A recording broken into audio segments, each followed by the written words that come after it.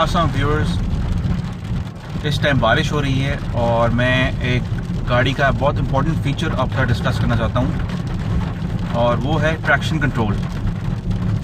मैं इस time Daihatsu Move 2016 model में बैठा हुआ हूँ और इसमें भी ट्रैक्शन कंट्रोल आता है। और ट्रैक्शन कंट्रोल जो है उसका जो मकसद है वो ये है कि आपकी गाड़ी जब बारिश हो रही हो या रोड स्लिपरी हो या बर्फ़ वाली रोड हो तो उस पर स्लिप ना करे।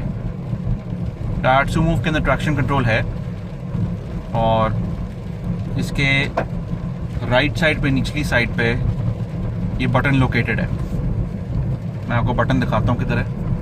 ट्रैक्शन कंट्रोल का बटन आपका ये वाला है, ये वाला, जिस पे एक कार का साइन बना हुआ है, नीचे स्लिपरी रोड का बना हुआ साइन।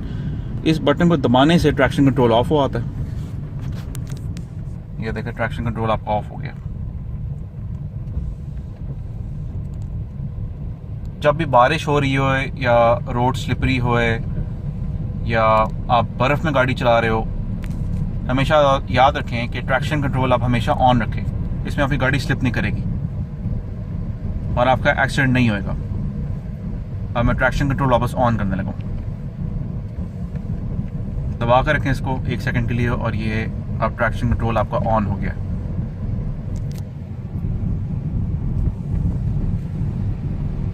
ट्रैक्शन कंट्रोल काम किस तरह करता है कि वो आपकी गाड़ी की टायर स्पिन को कंट्रोल करता है और टायर स्पिन को जब कंट्रोल करता है तो उससे आपकी गाड़ी स्लिप होने से बच जाती है।